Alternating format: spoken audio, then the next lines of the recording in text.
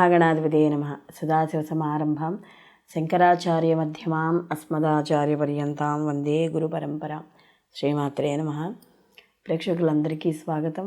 7/1/2024 నుండి 13/1/2024 వరకు గల వార ఫలితాలని నవగ్రహ సంచారాలను అనుసరించి ద్వాదశ రాశుల వారికి ఏ విధంగా ఉంటుంది అనే విషయాన్ని తెలుసుకునే ముందుగా గ్రహస్థితి కానీ చూసుకుంటే, మేషరాశిలో గురువు యొక్క సంచారము, అలాగే కన్యారాశిలో కేతు యొక్క సంచారము, వృశ్చికంలో శుక్రుడు, అలాగే బుధుడు, అలాగే 8వ తారీఖున వెంటనే బుధుడు కూడా వెళ్ళి ధనుస్సు రాశిలోకి మార్పు చెందడం అనేది జరుగుతోంది. అలాగే ధనుస్సులో రవి కుజుల యొక్క సంచారము, మనకి శని భగవానుడు వచ్చి కుంభంలో స్వక్షేత్రంలో మూల త్రికోణ స్థానంలో ఆయన సంచారం చేయడం, రాహు వచ్చి మీనంలో సంచారం చేస్తున్నారు. అయితే ఈ వారం అంతా కూడా చంద్రుడు మనకి తుల, వృశ్చిక, ధనస్సు రాశుల్లోనూ, అలాగే మరియు ఈయన వారాంతానికి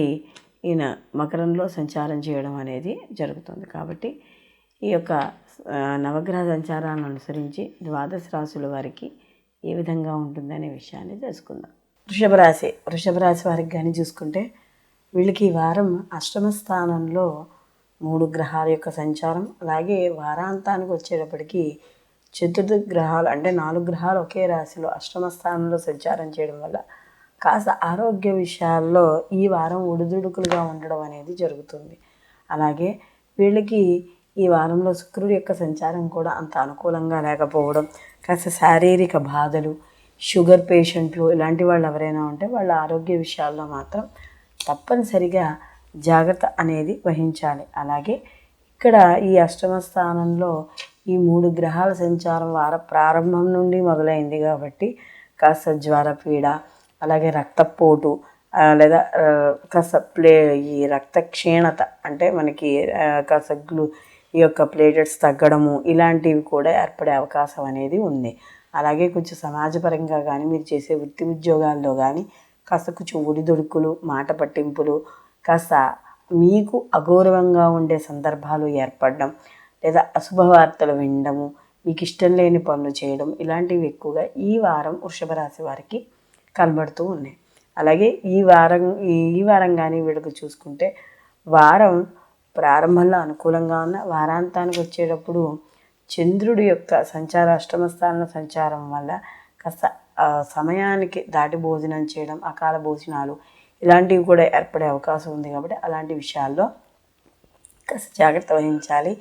ఈ వారం వీళ్ళకి గ్రహాలు పెద్దగా అంత అనుకూలత ఇచ్చే గ్రహాలుగా కేవలం రాహు మాత్రమే తప్ప మిగతా గ్రహాలు ఏమీ వీళ్ళకి అనుకూలంగా లేదు. వీళ్ళు ఎటువంటి పనులు చేపట్టాలన్నా కూడా కాస్త అనుభవజ్ఞుల సలహాలు తీసుకోండి. విద్యార్థులకు సామాన్యంగా ఉంటుంది. సినీ కళా రాజకీయ రంగాల్లో ఉన్న వాళ్ళందరికీ కూడా సామాన్యమైన ఫలితాలే గోచరిస్తున్నాయి. వీళ్ళకి ఈ వారం తప్పకుండా వృషభ రాశి వాళ్ళకి దైవ బలం అనేది చాలా అవసరం.